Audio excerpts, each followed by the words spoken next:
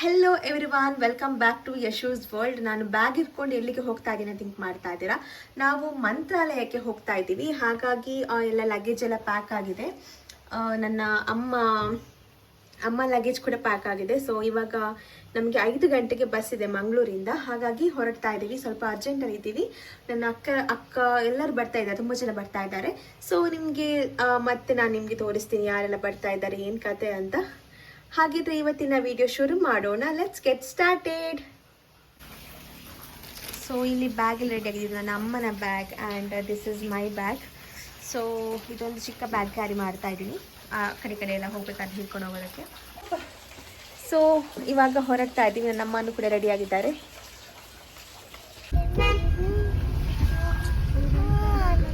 ಇಷ್ಟು ಜನ ಹೋಗ್ತಾ ಇದ್ದೇವೆ ನಾವು ಮಂತ್ರಾಲಯಕ್ಕೆ. ನಾವು ಮನೆಯಿಂದ ಬಿಜೈ ತನಕ ಕಾರಲ್ಲಿ ಬಂದ್ವಿ. ಅಲ್ಲಿ ಕಾರನ್ನು ಪಾರ್ಕ್ ಮಾಡಿಬಿಟ್ಟು ನಮ್ಮ ಬಸ್ ಬುಕ್ ಆಗಿತ್ತಲ್ವ, ಆ ಬಸ್ಸಿಗೆ ಹೋಗೋದಕ್ಕೆ ಅಂತ ಇಲ್ಲಿ ನಿಂತ್ಕೊಂಡಿದ್ದೀವಿ. ಇದು ನಾವು ನಿಂತ್ಕೊಂಡಿರುವಂಥದ್ದು ಭಾರತ್ ಮಾಲ್ನ ಆಪೋಸಿಟಲ್ಲೇ. ಅಕ್ಕ ಕಾರ್ ಪಾರ್ಕ್ ಮಾಡಿಬಿಟ್ಟು ಅವಳು ಕೂಡ ಬಂದಳು, ತಂಗಿನೂ ಕೂಡ ಜಾಯಿನ್ ಆದಳು. ಸೊ ಇವಾಗ ಇಲ್ಲಿಂದ ನಾವು ಮಂತ್ರಾಲಯಕ್ಕೆ ಹೊರಡ್ತಾ ಇದ್ದೀವಿ. ನಾವು ಬುಕ್ ಮಾಡಿರುವಂತಹ ಬಸ್ ಬಂದು ಗಣೇಶ್ ಟ್ರಾವೆಲ್ಸ್. ಸೊ ನೀವಿಲ್ಲಿ ನೋಡ್ತಾ ಇರಬಹುದು, ಗಣೇಶ್ ಟ್ರಾವೆಲ್ಸ್ ಬಂದಿದೆ. ಬಸ್ ಸ್ವಲ್ಪ ದೂರದಲ್ಲಿ ನಿಲ್ಲಿಸಿದ್ರು, ಹಾಗಾಗಿ ನಾವಲ್ಲಿಗೆ ಹೋಗ್ತಾ ಇದ್ದೀವಿ ಇವಾಗ ಬಸ್ಸಿಗೆ ಹತ್ತೋದಕ್ಕೆ. ಸೊ ಒಂಥರ ಎಕ್ಸೈಟ್ಮೆಂಟ್ ಇತ್ತು ನಮಗೆ, ಬಸ್ನಲ್ಲಿ ಹೋಲ್ ನೈಟ್ ಜರ್ನಿ ಮಾಡಬೇಕಲ್ವ. ಹಾಗಾಗಿ ಸೊ ಫೈನಲಿ ಬಸ್ ಬಂತು, ಹತ್ತಾ ಇದ್ದೀವಿ. ಖುಷಿ ಆಗ್ತಾ ಇದೆ ಮಂತ್ರಾಲಯಕ್ಕೆ ಹೋಗ್ತಾ ಇದ್ದೀವಿ ಅಂತ.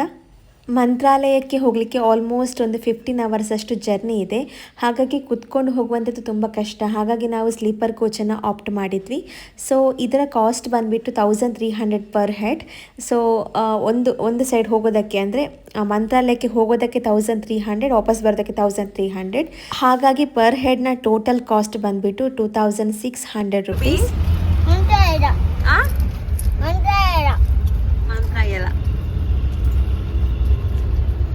KSRTC ಬಸ್ ಸ್ಟ್ಯಾಂಡ್ ಇದೆ ಅಲ್ವಾ, ಅಲ್ಲಿಂದ ಹೊರಟಿದ್ದೀವಿ. ಸೊ ಒಳ್ಳೆ ಪ್ಲೇಸ್ ಇದೆ, ತುಂಬ ಚೆನ್ನಾಗಿದೆ, ತುಂಬ ಕ್ಲೀನ್ ಆಗಿದೆ ಪ್ಲೇಸ್ ಎಲ್ಲ. ಸೊ ಇನ್ನೊಂದು 14 ಅವರ್ಸ್ ಜರ್ನಿ ಇದೆ, ಅದು ಮುಗಿಸ್ಕೊಂಡು ನಾವು ಅಲ್ಲಿ ರೀಚ್ ಆಗ್ತೀವಿ. 14 ಅವರ್ಸ್ ನಂತರ ಅಲ್ಲಿ ರೀಚ್ ಆಗ್ತೇವೆ. ಇಂಚು ಬಲ ಅಟ್ಟು ತಿತ್ತು ಬರುವ ಇಂಚು ಫುಲ್ ಇದೆ ಪನಾ ತುಪ್ಪನಾ ಬಲ.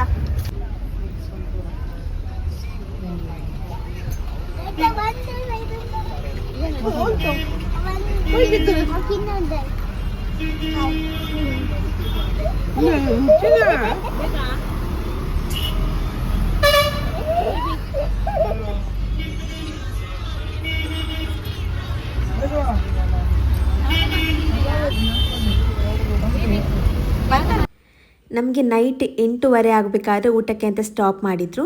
ಊಟದ ಖರ್ಚು ಏನಿದೆ ನೋಡಿ, ಅದು ಟಿಕೆಟ್ ಪ್ರೈಸಲ್ಲಿ ಬರೋದಿಲ್ಲ, ನಾವೇ ಅದಕ್ಕೆ ಖರ್ಚು ಮಾಡಬೇಕಾಗತ್ತೆ. ಸೊ ಇಲ್ಲಿ ಚಿಕ್ಕದಾದಂತಹ ಒಂದು ಹೋಟೆಲ್ ಇತ್ತು, ಅಲ್ಲಿ ಸ್ಟಾಪ್ ಮಾಡಿದರು. ಫುಡ್ ತುಂಬ ಚೆನ್ನಾಗಿತ್ತು, ನಾವೆಲ್ಲರೂ ಹೊಟ್ಟೆ ತುಂಬ ಊಟ ಮಾಡಿದ್ವಿ.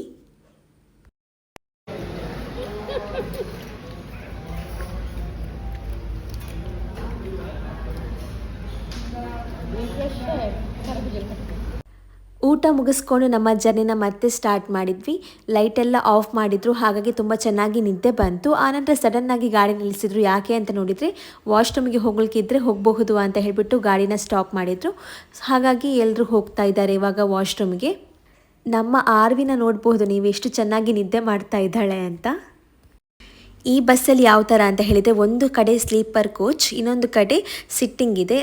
ಈ ಕಡೆ ಸಿಟ್ಟಿಂಗ್ ಇದೆ ಅಲ್ವಾ, ಅಲ್ಲಿ ಜನ ಇರಲಿಲ್ಲ. ಹಾಗಾಗಿ ನನಗೆ ಬೋರ್ ಆದಾಗೆಲ್ಲ ಹೋಗಿ ನಾನು ಆ ಕಡೆ ಕೂತ್ಕೊಂಡು ವ್ಯೂ ನೋಡ್ತಾ ಇದ್ದೆ, ಸುಸ್ತಾದಾಗ ಬಂದು ಮಲ್ಕೊಳ್ತಾ ಇದ್ದೆ. ಆ ಥರನೇ ಮಾಡಿದ್ದು ನಾನು. Good morning Raichur. ಇವಾಗ ಇನ್ನು 1 ಗಂಟೆಯಲ್ಲಿ ನಾವು ರೀಚ್ ಆಗ್ತೀವಿ ಮಂತ್ರಾಲಯ. ಹ್ಯಾಪಿ. ಇವಾಗ ನಾವು ರಾಯಚೂರು ರೀಚ್ ಆದ್ವಿ.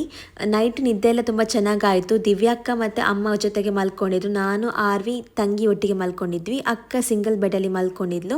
ಹಾಗಾಗಿ ನಿದ್ದೆ ಎಲ್ಲ ತುಂಬ ಚೆನ್ನಾಗಾಯಿತು ಎಲ್ಲರಿಗೂ ಕೂಡ. ಅವರ ಅಭಿಪ್ರಾಯ ತಿಳಿಯೋಣ ಬನ್ನಿ. Good morning. നല്ല 2 ಗಂಟೆ ಉಂಟು. 15 ಮಗ ರೀಚ್ ಅಪ್ಪ. ಹೌದು, ಮಾಲೆ ಮಾತಾಡ್ಬಾರ್ದು, ವೈಟ್ ಇತ್ತುಂಡು ಅವನ್ನ ಮಾಲೆ ಜಪಮಾಲೆ. ಸೊ ಕಾರ್ದು ಇಪ್ಪತ್ತಲ್ಪ ಐಕ್ಯ ಪಾರ್ದು. ರಾಯಚೂರು ಹತ್ತಿರ ಆಗ್ತಾ ಇದ್ದ ಹಾಗೆಯೇ ನೇಚರ್ ನೋಡಿ ಈ ಥರ ಕಾಣಿಸ್ತಾ ಇತ್ತು ನಮಗೆ. ಇಲ್ಲಿ ನೀವು ನೋಡ್ತಾ ಇದ್ದೀರಿ ಅಲ್ವಾ, ಇದು ಸೂರ್ಯಕಾಂತಿ ಗಿಡ, ಸನ್ಫ್ಲವರ್ ಗಿಡ. ತುಂಬಾ ಚೆನ್ನಾಗಿತ್ತು ಮತ್ತು ವಿಶಾಲವಾದಂತಹ ಗದ್ದೆನಲ್ಲಿ ಹಾಕಿದ್ರು.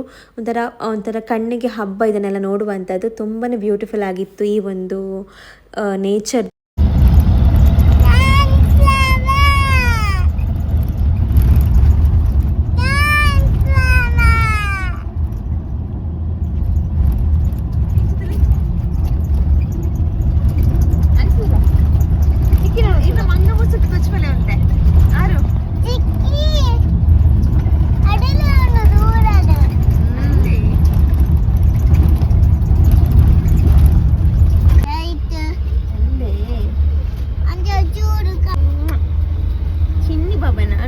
ನಾವು ಬಸ್ಸಿಂದ ಇಳಿತಾ ಇದ್ದ ಹಾಗೇನೆ ಅಲ್ಲಿ ಜನ ಬರ್ತಾರೆ, ನಿಮಗೆ ನಾವು ರೂಮ್ ತೋರಿಸ್ತೀವಿ ಬನ್ನಿ ಅಂತ.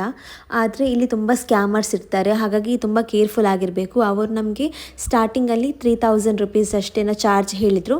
ಬಟ್ ನಾವು ಹೇಳಿದ್ವಿ ಇಲ್ಲ, ನಾವು 1000 ಕೊಡ್ತೀವಿ ಅಷ್ಟೇ ಅಂತ. ಬಟ್ ನಾವು ಅಂದರೆ ಬೆಳಗ್ಗೆ ಬಂದು ಈವ್ನಿಂಗ್ ಚೆಕ್ಔಟ್ ಆಗುವಂಥದ್ದು, ಹಾಗಾಗಿ ನಮಗೆ ಕಡಿಮೆ ಬೇಕಿತ್ತು ಚಾರ್ಜಸ್. ಸುಮ್ಮನೆ ಯಾಕೆ 3000 ಕೊಡಬೇಕು ಅಂತ. ಬಟ್ ಆಮೇಲೆ ಸ್ವಲ್ಪ ಬಾರ್ಗೇನ್ ಮಾಡಿದ ಮೇಲೆ 1500ಗೆ ಒಪ್ಕೊಂಡ್ರು.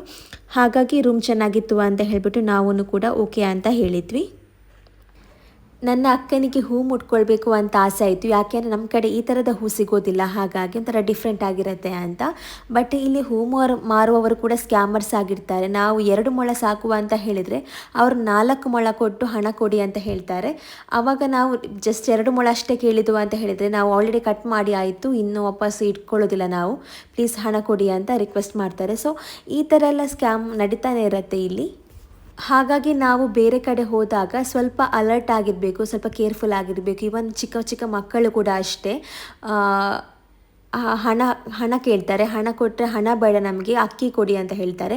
ನಾವು ಅಕ್ಕಿಯನ್ನು ಯಾವ ಶಾಪಿಂದ ಪರ್ಚೇಸ್ ಮಾಡಬೇಕು ಅಂತ ಮಕ್ಕಳೇ ತೋರಿಸಿಕೊಡ್ತಾರೆ. ಸೊ ಇದೆಲ್ಲ ಒಂದು ಬಿಸ್ನೆಸ್ ಅಂತ ಹೇಳ್ಬೋದು ಇಲ್ಲಿ. ಹಾಗಾಗಿ ಎಲ್ಲನೂ ಸ್ವಲ್ಪ ಕೇರ್ಫುಲ್ ಆಗಿ ಇರಬೇಕಾಗತ್ತೆ ನಾವು. ನನಗೆ ಇಲ್ಲಿಗೆ ಬಂದು ಏನು ಅನಿಸಿತು ಅಂತ ಹೇಳಿದರೆ, ನಾವು ದೂರದ ಊರಿಂದೆಲ್ಲ ಬರ್ತೀವಿ ಇಲ್ಲಿ ದೇವಸ್ಥಾನವನ್ನು ನೋಡೋದಕ್ಕೆ. ತುಂಬಾ ಪವರ್ಫುಲ್ ಆಗಿರುವಂತಹ ದೇವರಿದ್ದಾರೆ. ಬಟ್ ಈ ಜನಗಳು ನೋಡಿ ಊರನ್ನೆಲ್ಲ ಈ ಥರ ಗಲೀಜು ಮಾಡಿ ಇಟ್ಟುಬಿಟ್ಟಿದ್ದಾರೆ. ಇದರ ಬಗ್ಗೆ ಸ್ವಲ್ಪ ಗಮನ ಹರಿಸಿ ಸರ್ಕಾರ ನೋಡಿ ಇದನ್ನೆಲ್ಲ ಕ್ಲೀನ್ ಮಾಡಿಸುವಂತಹ ವ್ಯವಸ್ಥೆ ಮಾಡಿದರೆ ತುಂಬಾ ಚೆನ್ನಾಗಿರುತ್ತೆ. ನಾಟ್ ಓನ್ಲಿ ಸರ್ಕಾರ, ಟೆಂಪಲ್ನ ಮ್ಯಾನೇಜ್ಮೆಂಟ್ ಕೂಡ ಇದರ ಬಗ್ಗೆ ಸ್ವಲ್ಪ ಗಮನ ಹರಿಸಬಹುದು ಅಂತ ನಂದು ಒಂದು ಸಣ್ಣ ಒಪಿನಿಯನ್. ಇವಾಗ ನಾನು ನಿಮಗೆ ನಮ್ಮ ರೂಮ್ ಯಾವ ಥರ ಇದೆ ಅಂತ ತೋರಿಸ್ತೀನಿ. ಈ ರೂಮಿಗೆ ನಾವು ಪೇ ಮಾಡಿರುವಂಥದ್ದು 1500 ರುಪೀಸ್. ತುಂಬಾ ಚೆನ್ನಾಗಿರುವಂತಹ ಬೆಡ್, ಬಿಸಿ ನೀರಿತ್ತು, ಹಾಗೆಯೇ ಸ್ಪೇಷಿಯಸ್ ಆಗಿತ್ತು ರೂಮ್, ಹಾಗೆಯೇ ಕನ್ನಡಿ ಎಲ್ಲ ಇತ್ತು. ನಮಗೆ ರೆಡಿ ಆಗೋದಕ್ಕೆ ತುಂಬಾ ಈಸಿ ಆಗುತ್ತೆ ಅಂತ. ನಾವು ಟೋಟಲ್ 6 ಜನ ಬಂದಿದ್ವಿ ಅಲ್ವಾ, ಹಾಗಾಗಿ ನಾವೆಲ್ಲ ಬೇಗ ರೆಡಿ ಆಗಿಬಿಟ್ಟು ದೇವಸ್ಥಾನಕ್ಕೆ ಹೊರಡ್ತಾ ಇದ್ದೀವಿ. ನಮ್ಮ ಆರ್ವಿ ನೋಡಿ ಇನ್ನೂ ಆಟ ಆಡ್ತಾನೆ ಇದ್ದಾಳೆ. ನಂತರ ನಾವು ಯಾವ ಟೆಂಪಲ್ಗೆಲ್ಲ ಹೋದ್ವಿ ಅನ್ನೋದನ್ನು ನಾನು ನೆಕ್ಸ್ಟ್ ವ್ಲಾಗಲ್ಲಿ ನಿಮಗೆ ತೋರಿಸ್ತೀನಿ. ಹಾಗಿದ್ರೆ ಈ ವಿಡಿಯೋ ನಿಮಗೆ ಇಷ್ಟ ಆಗಿದ್ದಲ್ಲಿ ಲೈಕ್ ಮಾಡಿ, ಶೇರ್ ಮಾಡಿ, ಸಬ್ಸ್ಕ್ರೈಬ್ ಮಾಡಿ ಅಂತ ಹೇಳ್ತಾ thank you so much for watching. Bye bye.